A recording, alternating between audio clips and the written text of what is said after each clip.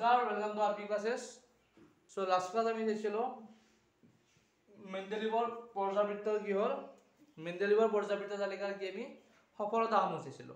আজি আমি চাম মেন্ডেলিভৰ শ্ৰেণী বিভাজনৰ কি সীমাবদ্ধতা। ঠিক আছে।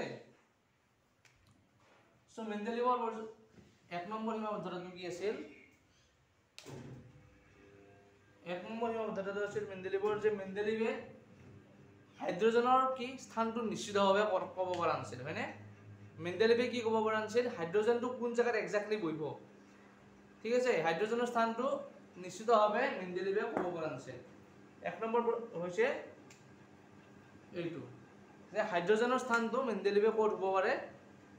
যদিও এখন তালিকাখন হাইড্ৰোজেনটো একেবাৰে ওপৰত ৰাখিছে তথাপিও এক্সাক্টলি আচলতে ক'ব পৰা নাছিল হাইড্ৰোজেনটো ক'ত হ'ব। ঠিক আছে। দুই নম্বৰ সীমাবদ্ধতাটো হ'ল কি মেন্ডেলিভে যেতিয়া কি কৰিছিল আমাৰ তালিকাখন প্ৰস্তুত কৰি উলিয়াইছিল পৰ্যাবৃত্ত তালিকা, তেতিয়া কি আছিল তেতিয়ালৈকে কি আমাৰ সমস্থানিকৰ আৱিষ্কাৰ হোৱা নাছিল। ঠিক আছে। সমস্থানিক মানে কি বুজাই দিছো। সমস্থানিক মানে আমাৰ কি হৈছে সমস্থানিক মানে হৈছে কি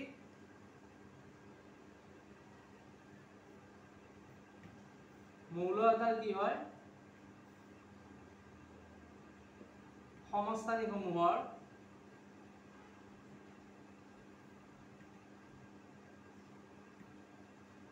মৌল এটাৰ সমস্থানিকসমূহৰ কি হয় ৰাসায়নিক ধৰ্ম এসমূহ কি হয় ৰাসায়নিক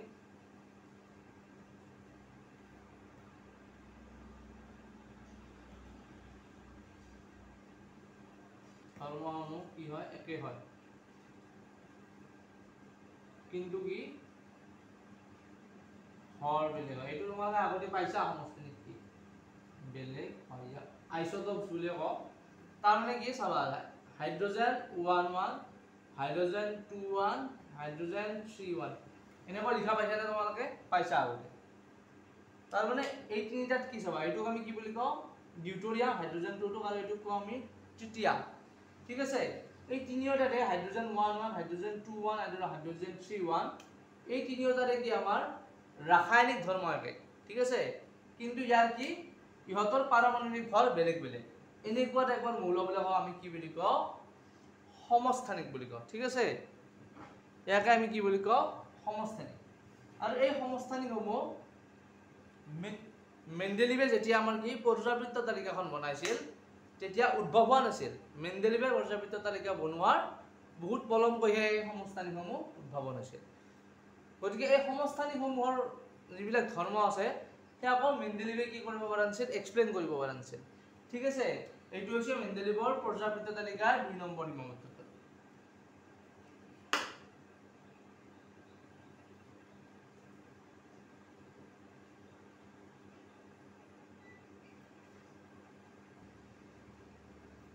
তিনি নম্বৰ সীমাবদ্ধতাটো কি আছিল মেন্ডেলিভৰ পৰ্যাবৃত্ত তালিকাৰ সূত্ৰটো কি আছিল যে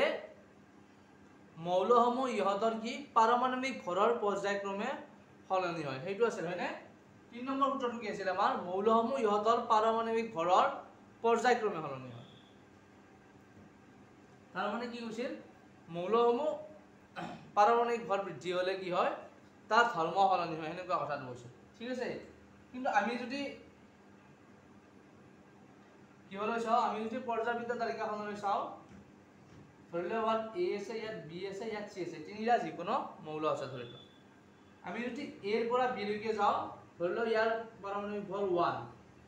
ইয়াৰ 1.3 ইয়াৰ 2.5 আৰু যদি এইফালে যোৱা ধৰি লওক ডি টো 2. ধৰি লওক 8 হ'ল। এইকেইটা আমি পাৰমাণবিক ভৰ জাষ্ট মই বুজাবৰ কাৰণে ধৰি লৈছো হা। ইয়াত তোমালোকে কি দেখা পাবা এই পাৰমাণবিক ভৰসমূহ কি হোৱা নাই এটা নিৰ্দিষ্ট ব্যৱধানত বাঢ়ি যোৱা নাই, গম পাইছা নে? যেনেকৈ বাঢ়িছে ইয়াত 0.3 বাঢ়িল ইয়াত আৰু বহুত বাঢ়ি গৈছে ইয়াত আৰু 0.2 বাঢ়িছে,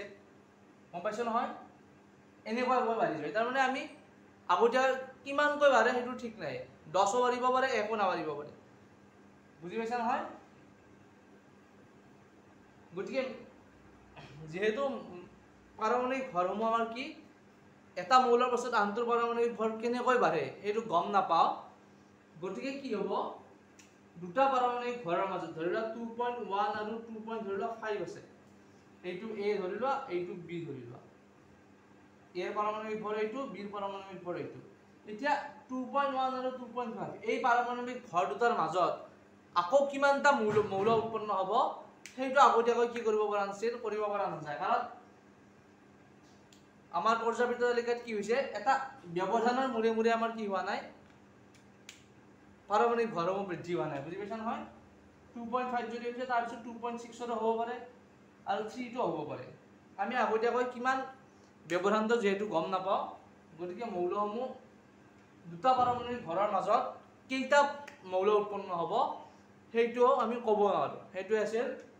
মেণ্ডেলিভৰ পৰ্যাবৃত্ত তালিকাৰ 3 নম্বৰ সীমাবদ্ধতা। ঠিক আছে?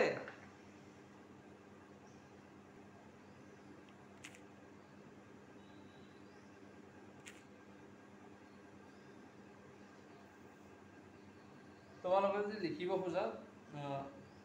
এই তিনিটা আমাৰ সীমাবদ্ধতাটো, এইখিনি কথা ইয়াত কৈছে, মই জাষ্ট বুজাই দিলোঁ।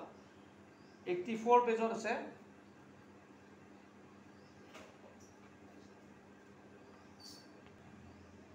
তোমালোকে পেজ 84 উলিওৱা।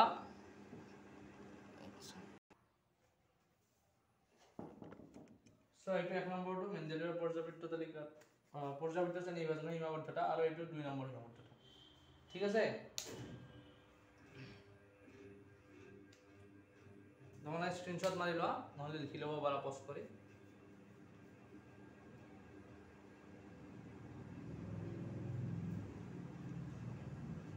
হৈছে যদি লিখি ল'বা, নহ'লে স্ক্ৰীনশ্বট মাৰি ল'বা। 3 নম্বৰটো লিখি দিওঁ।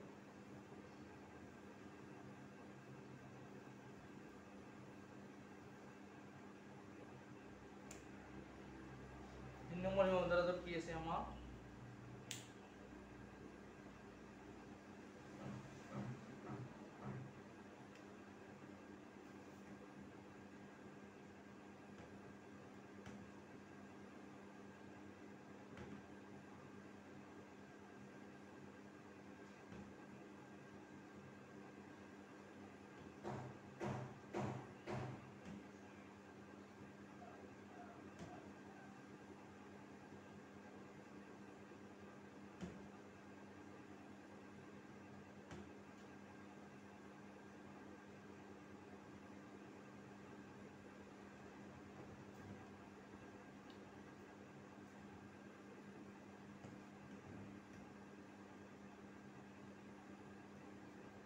এইটো লিখি লোৱা আগতে,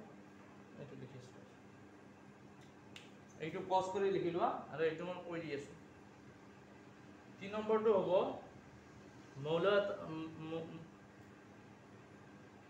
এটা মৌলৰ পাছৰ পৰা মৌললৈ যাওঁতে পাৰমাণৱিক ভৰৰ বৃদ্ধি সুষমভাৱে নঘটে। ঠিক আছে? এটা মৌলৰ পাছৰটো মৌললৈ যাওঁতে পাৰমাণৱিক ভৰৰ বৃদ্ধি সুষমভাৱে নঘটে। হৈছে? তাৰপিছত লিখা, সেইবাবে দুটা মৌলৰ মাজত কিমানটা মৌল আৱিষ্কাৰ হ'ব তাৰ পূৰ্বানুমান কৰা সম্ভৱ নহয়। এইটো হ'ব আমাৰ 3 নম্বৰটো। এটা মৌলৰ পাছৰটো মৌললৈ যাওঁতে পাৰমাণৱিক ভৰৰ বৃদ্ধি সুষমভাৱে নঘটে। সেইবাবে দুটা মৌলৰ মাজত কিমানটা মৌল আৱিষ্কাৰ হ'ব তাৰ পূৰ্বানুমান কৰা সম্ভৱ হোৱা নাছিল। ঠিক আছে? সব মেণ্ডেলিভৰ শ্ৰেণী বিভাজনৰ সীমাবদ্ধতা আমাৰ হ'ল। কোৱাতে যদি স্পীড হৈছে, ইউটিউবত শ্ল' কৰি কিনে লিখি ল'ব।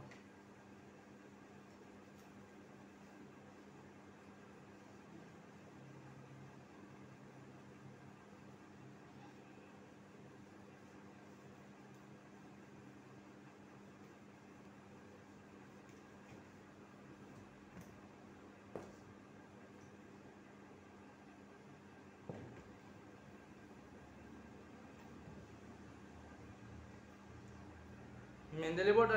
তালিকাৰ যিহেতু কিছুমান সীমাবদ্ধতা আহিল, গতিকে এই সীমাবদ্ধতা বা ভুলসমূহ নোহোৱা কৰিবলৈ 1913 চনত হেনৰি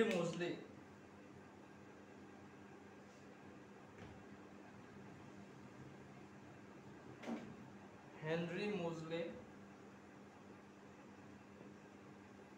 নামৰ এজন বিজ্ঞানীয়ে কি কৰিলে এই তালিকাখনকে অকমান নতুনকৈ সজালে ঠিক আছে তেওঁ কি কৰিলে আমাৰ মেণ্ডেলিভৰ পৰ্যাপিত তালিকাৰ কি আছিল সূত্ৰটো যে মৌলসমূহ ইহঁতৰ কি পাৰমাণবিক ভৰৰ পৰ্যায়ক্ৰমে সলনি হয়নে কিন্তু হেনৰি মোজলে কি কৰিলে তেওঁৰ সূত্ৰত কি ক'লে পৰ্যাপিত তালিকাৰ সূত্ৰত যে মৌলসমূহ ইহঁতৰ ভৰৰ সলনি আমি কি কৰিব পাৰো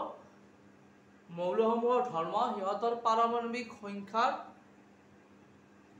পৰ্যায়ক্ৰমে সলনি হয় ঠিক আছে হেনৰি মোজলে কি কৰিলে আমাৰ মেণ্ডেলিভৰ পাৰমাণবিক পৰ্যাপিত তালিকাৰ যেটো সূত্ৰ আছিল হেতু কি কৰিলে চেঞ্জ কৰি কি কৰিলে ক'লে যে মৌলসমূহক ইহঁতৰ পাৰমাণবিক ভৰৰ নহয় মৌলসমূহক ইহঁতৰ পাৰমাণবিক সংখ্যাৰ মৌলসমূহৰ ধৰ্ম ইহঁতৰ পাৰমাণবিক সংখ্যাৰ পৰ্যায়ক্ৰমে সলনি হয় সো এটো লিখি লোৱা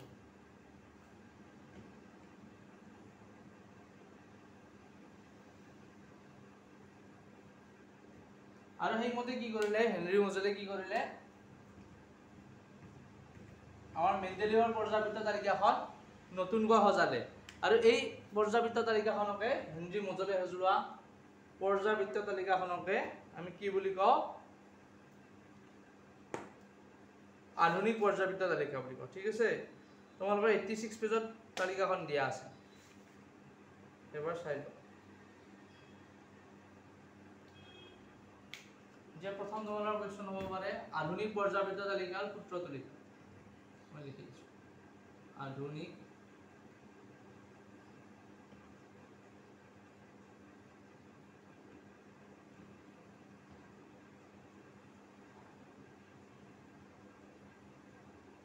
পৰ্যাপিত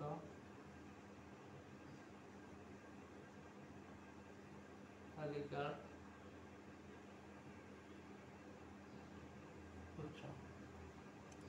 আধুনিক পৰ্যাপিত তালিকাৰ সূত্ৰটো কি হ'ল এবাৰ যে মৌলসমূহ ইহঁতৰ পাৰমাণবিক সংখ্যাৰ পৰ্যায়ক্ৰমে সলনি হয় ঠিক আছে মৌলসমূহ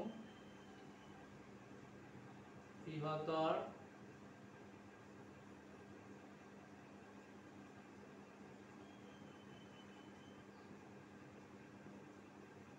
পাৰমাণবিক কি সংখ্যাৰ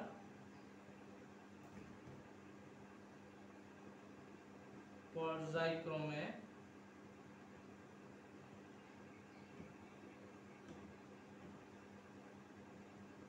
সলনি হয় আধুনিক পৰ্যাপিত তালিকাৰ এইটো হৈছে সূত্ৰ যে মৌলসমূহ কি হয় সিহঁতৰ পাৰমাণবিক সংখ্যাৰ পৰ্যায়ক্ৰমে সলনি হয় ঠিক আছে এতিয়া পাৰমাণবিক সংখ্যা মানে কি পাৰমাণবিক সংখ্যা মানে হৈছে মৌল এটাৰ নিউক্লিয়াছত থকা প্ৰোটনৰ যিমানটা প্ৰোটন থাকে বা প্ৰোটনৰ সংখ্যাকে আমি কি বুলি কওঁ মৌলটোৰ পাৰমাণবিক সংখ্যা বুলি কওঁ ঠিক আছে পাৰমাণবিক সংখ্যা মানে কি মৌল এটাৰ নিউক্লিয়াছত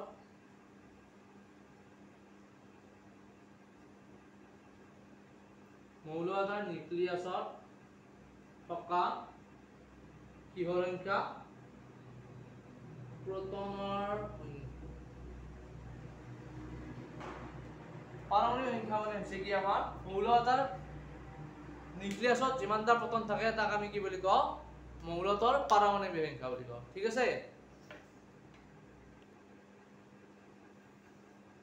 আৰু এই পাৰমাণবিক সংখ্যাটো আমি কিহেৰে বুজাও জেডেৰে বুজাও ঠিক আছে জেডেৰে কি ইন্ডিকেট কৰে মৌল এটাৰ পাৰমাণবিক সংখ্যা তাৰ মানে কি মৌলটোত থকা মৌলটোৰ নিউক্লিয়াছত কিমানটা প্ৰোটন থাকে এইটোকে আমি কি বুলি কওঁ পাৰমাণবিক সংখ্যা আৰু বুজাও কিহেৰে জেডেৰে ঠিক আছে এতিয়া আধুনিক পৰ্যাপিত তালিকাখন যিখন তোমালোকৰ 86 পেজত দিয়া আছে যিকোনোখন মই জাষ্ট এনে ঘৰকেইটা বনাই দিছো ইয়াৰ আটাইতকৈ সুবিধাটো হ'ল কি ধৰি লোৱা ইয়াত তিনিটা মৌল আছে A B C D এনে আমি জাস্ট ধৰি লৈছো হা এতিয়া আগতে আমাৰ কি কৰিছিল মেন্ডেলিভে ইয়াক পাৰমাণবিক ভৰৰ পৰ্যায়ক্ৰমে সলনি হৈছিল হয়নে সজাইছিল হয়নে ইয়াত যদি 1 আছে ইয়াত 1.2 ইয়াত 5 ইয়াত 5.1 মানে কেনেকৈ সলনি হয় এইটো আচলতে গম পোৱা নাছিল হয়নে কিন্তু আধুনিক পৰ্যায়বৃত্ত তালিকাত যেতিয়া আমি পাৰমাণবিক ভৰৰ পৰ্যায়ক্ৰমে সংখ্যাৰ পৰ্যায়ক্ৰমে সজালো তেতিয়া আমি কি দেখা পালো প্ৰতিটো মৌলৰ মাজত একৰ ব্যৱধান আছে ইয়াৰ যদি পাৰমাণবিক সংখ্যা ইয়াৰ 2 C কিমান হ'ব 3 D কিমান হ'ব 4 ঠিক আছে মানে দুটা পাৰমাণবিক সংখ্যাৰ মাজত একৰ ব্যৱধান থাকে যেহেতু আমি গম পালো পাৰমাণবিক সংখ্যাটো আমাৰ কিমান হয় মৌলৰ যিমান আমি আগবাঢ়ি গৈ থাকো এককৈ বাঢ়ি যায় গতিকে আমি দুটা পাৰমাণবিক সংখ্যাৰ মাজত কিমানটা মৌল থাকিব পাৰে সেইটো আমি কি কৰিব পাৰো অনুমান কৰিব পৰা হলো এতিয়া গম পাইছা নে পাৰমাণবিক ভৰটো আমাৰ ভৰত যেতিয়া সজাইছিল মেন্ডেলিভৰ সূত্ৰত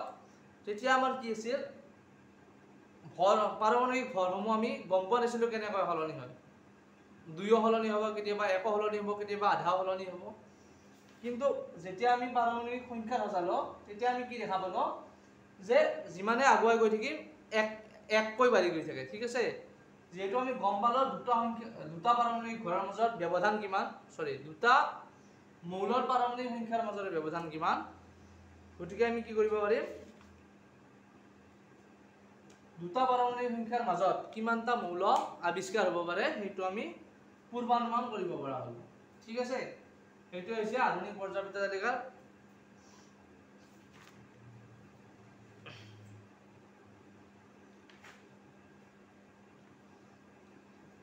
এতিয়া চাবা এইখিনি মুছি দিওঁ লিখা আছে নহয়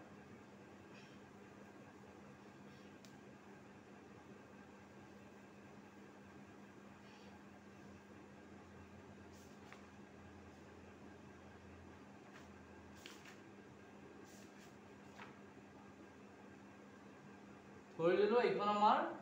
আধুনিক পৰ্যায়বৃত্ত তালিকা এনেকুৱা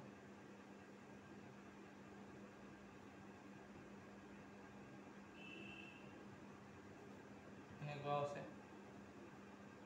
মই গোটেইখিনি নাখো এতিয়া চাবা এই একোটা ঘৰক আমি কি নাম দিছিলো মেন্ডেলিভে বৰ্গ ইয়াতো আমি কি কম বৰ্গই কম এই থিয় ঘৰ একোটা কি বুলি কওঁ আমি থিয় শাৰী একোটা এটা কৈ কি বুলি কম বৰ্গ বুলি কম কিন্তু পাৰ্থক্যটো কি মেন্ডেলিভৰ পৰ্যায়বৃত্ত তালিকাত বৰ্গ কেইটা আছিল 8টা ঠিক আছে এতিয়া আধুনিক পৰ্যায়বৃত্ত তালিকাত আমাৰ বৰ্গ কেইটা হ'ব মানে এনেকুৱা ঘৰ কেইটা থাকিব আমাৰ 18টা এইটো পইণ্ট মনত ৰাখিব লাগিব আধুনিক পৰ্যায়বৃত্ত তালিকাত বৰ্গ থাকিব কেইটা আমাৰ 18টা তোমালোকে এখন উলিয়াই চাব পাৰা কিতাপখন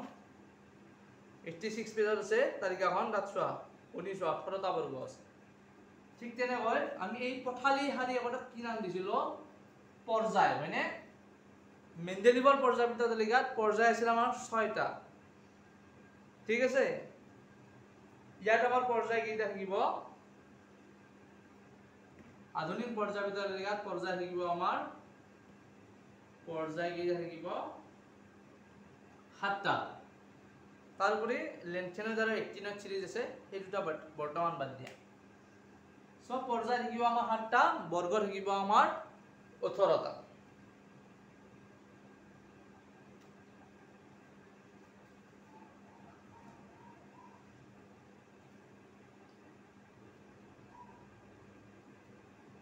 এতিয়া যদি আমি যিকোনো এটা বৰ্গলৈ চাও এটা বৰ্গত থকা মানে ধৰিলা প্ৰথম শাৰীটো আমি লৈ লৈছো লিথিয়াম সোডিয়াম পটাছিয়াম এনেকুৱা আছে হয়নে তোমালোকে 86 পেজ উলিয়া তাত যিখন তালিকা আছে তাৰ প্ৰথম এইটো চোৱা প্ৰথম শাৰীটোতে এনেকুৱা আছে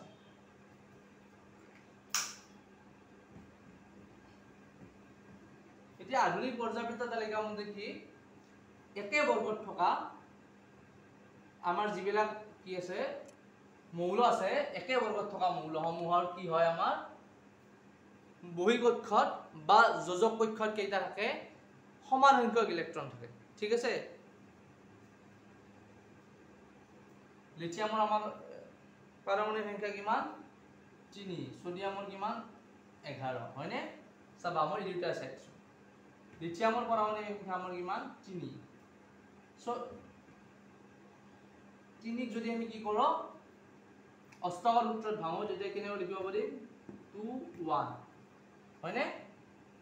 মানে যোজক কক্ষত কেইটা ইলেক্ট্ৰন আছে দুটা আমি যদি এইটো কি বুলি ধৰো নিউক্লিয়াছ বুলি ধৰো এইটো আমাৰ 1 নম্বৰ কক্ষপথ বুলি ধৰা এইটো আমাৰ 2 নম্বৰ কক্ষপথ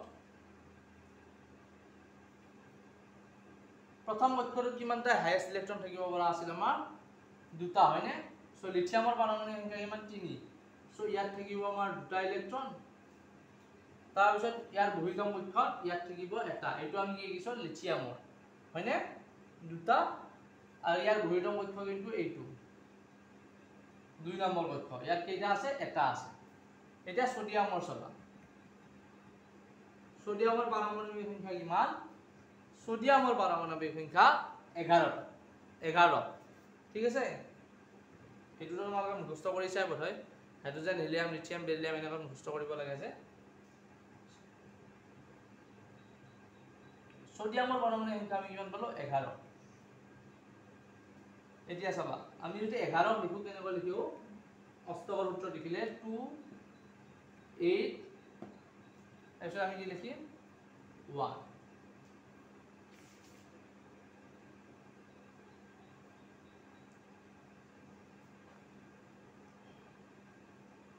এইটো যদি বুজি পোৱা নাই এনেকৈ দেখাইছো সব সোডিয়ামৰ কিমান 11 এইটো ধৰিলো আমাৰ সোডিয়ামৰ নিউক্লিয়াছ এইটো প্ৰথম কক্ষপথ দ্বিতীয় কক্ষপথ তৃতীয় কক্ষপথ এনেকৈ আঁকিছো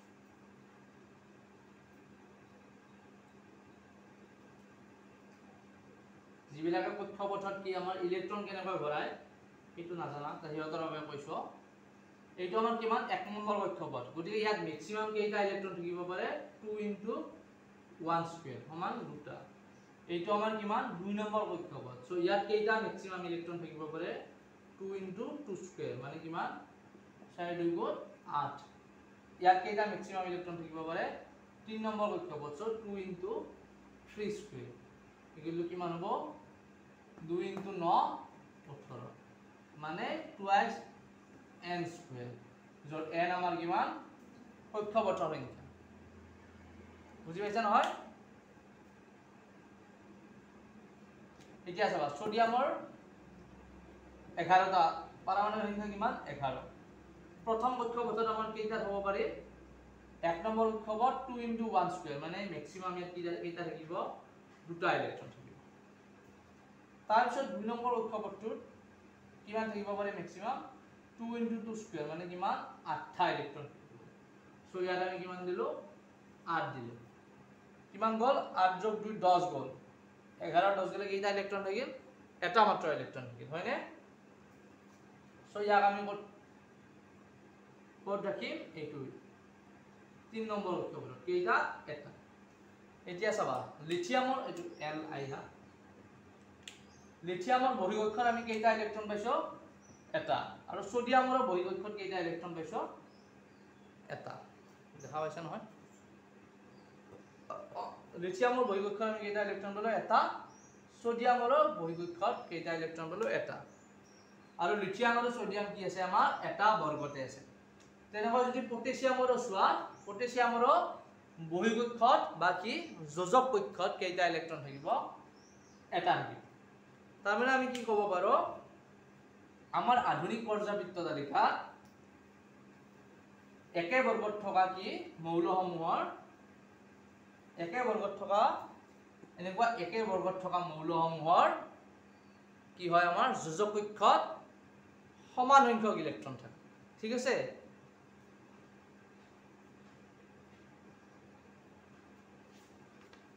তাৰপিছত চাবা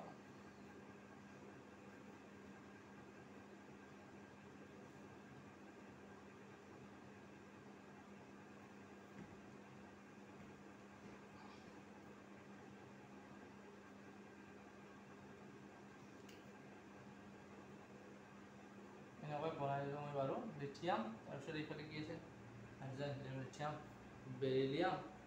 পিছত মাজত এনেকুৱা গেপ আছে হয়নে তাৰপিছত চাবা এইফালে আমাৰ কি থাকিব হাইড্ৰজেন লিথিয়াম বেৰিলিয়াম বৰন কাৰ্বন এনেকৈ ইয়াতো থাকিব আৰু আমাৰ কি হ'ব পটাছিয়ামৰ পৰা আমাৰ এনেকৈ যাব এইটো দুটা হ'ল আৰু ইয়াত মৌলসমূহ থাকিব তোমালোকে ছবিটো চাই ল'বা এতিয়া চাবা লিথিয়াম বেৰিলিয়াম বৰন আৰু কাৰ্বন কি আছে আমাৰ এটা পৰ্যায়ত আছে হয়নে মানে এটা শাৰীতে আছে যদিও এইখিনি মাজত খালী আছে ইয়াত একো মৌল নাই কাৰণে খালী আছে কিন্তু কি এটা লাইনতে আছে হয়নে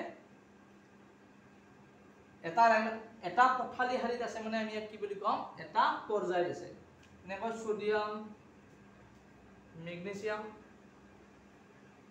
এলুমিনিয়াম সিলিকন এনেকৈ থাকিব এইটো এটা পৰ্যায়ত আছে ইয়াৰ পিছত ইয়াতো এটা এটা মৌল হ'ব এইটো এটা পৰ্যায়ত থাকিব এতিয়া পইণ্টটো কি চাবা পৰ্যায়ত যেতিয়া এটা পৰ্যায়ত যিবিলাক মৌল থাকে আমাৰ আধুনিক পৰ্যায়বৃত্ত তালিকাত এটা পৰ্যায়ত যিবিলাক মৌল থাকে সেই মৌলসমূহৰ কি হয় আমাৰ কক্ষৰ সংখ্যা একে ঠিক আছে বৰ্গত থাকোঁতে কি আছিল আমাৰ বৰ্গত থাকোঁতে আছিল আমাৰ একে বৰ্গত থকা মৌলসমূহৰ কি হয় যোজক কক্ষত সমান সংখ্যক ইলেক্ট্ৰন থাকে আৰু একে পৰ্যায়ত থাকিলে কি হ'ব কি হয় আমাৰ সমান সংখ্যক কি থাকে কক্ষ থাকে এটা চাবা মই এইটো বুজাই আছো ধৰি লোৱা আমি লিথিয়াম আৰু বেৰিলিয়াম ললো বা বেৰিলিয়াম আৰু বৰন ললো বেৰিলিয়াম ললো আৰু বৰন ললো যিকোনো ল'ব পাৰা এইটো চাই ক'ব পাৰা এইটোৰ পাৰমাণবিক সংখ্যা 4 এইটোৰ 5 ঠিক আছে চাবা এইটো বেৰিলিয়ামৰ কিমান 4 হয়নে সো এইটো নিউক্লিয়াছ বুলি ধৰা বেৰিলিয়ামৰ নিউক্লিয়াছ এইটো প্ৰথম কক্ষ এইটো আমাৰ কি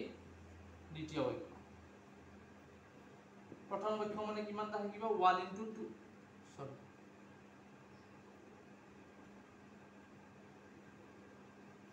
আচ্ছা না প্ৰথম কক্ষ মানে কি 1 নম্বৰ কক্ষ সো কি 2 * 1 স্কয়াৰ সমান ম্যাক্সিমাম কেইটা ইলেক্ট্ৰন থাকিব পাৰিব দুটা সো বেৰিলিয়ামৰ কেইটা আছে টোটাল 4টা হয়নে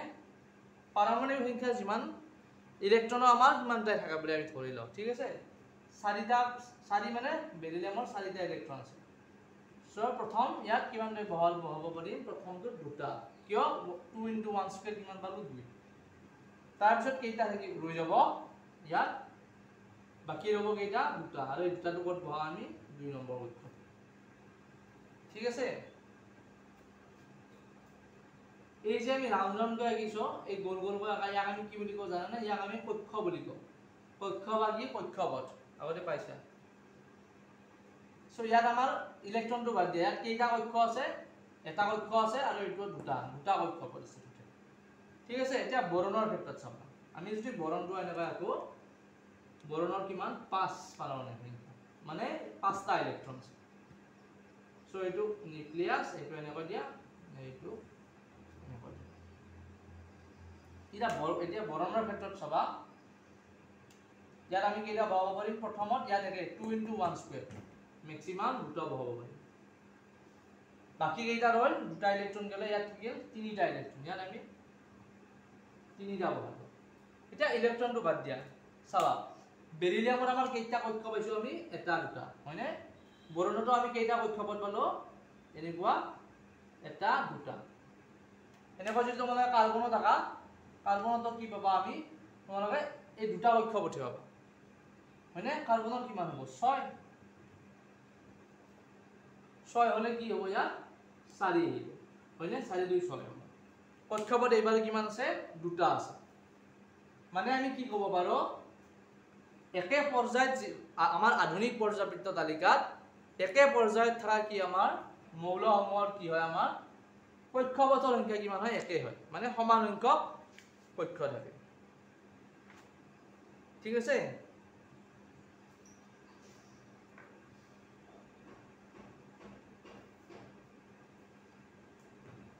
এইখিনি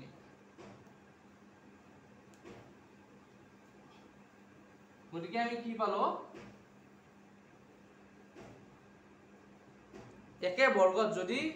মৌল একে বৰ্গত থকা মৌলসমূহৰ কি হয় আমাৰ কি হয়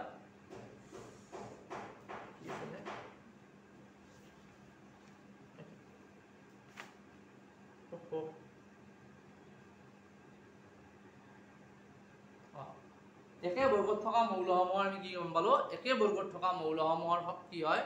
পাৰমাণৱিক কি কয় আমাৰ সৰি যোজক পক্ষত যেতিয়া মৌলসমূহ এটা বৰ্গত থাকিব একে বৰ্গত থকা মৌলসমূহৰ কি হ'ব আমাৰ যোজক পক্ষত সমান সংখ্যক ইলেক্ট্ৰন থাকিব সবা লিখি দিও আমি কি গম পালো লিখি লব স্টাৰ মাৰ্ক লিখি ল বা এনেকৈ লিখিলা নোট বুলি নোট এক নম্বৰ পইণ্ট আমি কি পালো একে বৰ্গত থকা মৌলসমূহৰ একে বৰ্গত থকা মৌলসমূহৰ কি হয় আমাৰ কি একে হয় যোজক পক্ষত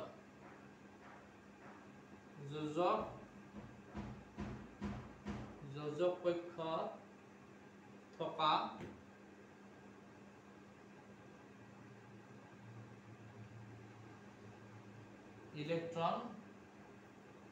ইলেক্ট্ৰনৰ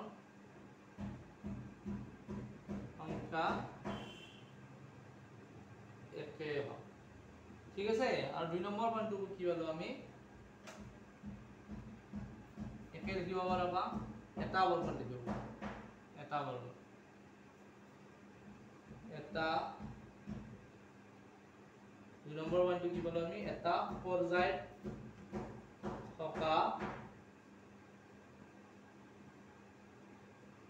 মৌলসমূহৰ এটা পৰ্যায়ত থকা মৌলসমূহৰ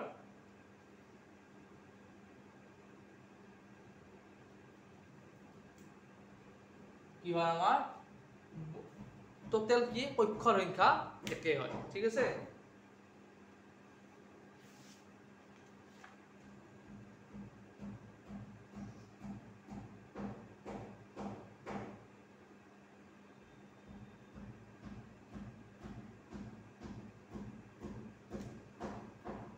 মৌলসমূহৰ একে সংখ্যক এনেকৈ লিখা ভাল দেখাত পোৱা হ'ব সমান সংখ্যক কি থাকে পক্ষ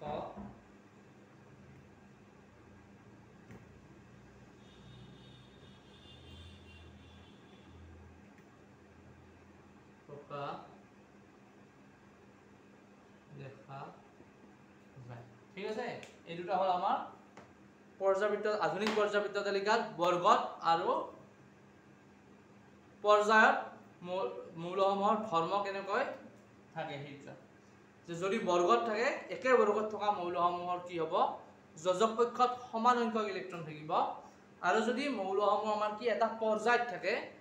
এটা একে পৰ্যায়ত থকা মৌলসমূহৰ কি হ'ব আমাৰ সমান সংখ্যক পক্ষপথ থাকিব ঠিক আছে সো এই দুটা হিচাপ আৰু তোমালোকৰ এটা ক্লাছ লাগিব এই দুটা শেষ হোৱা সো আজিলৈ এইখিনি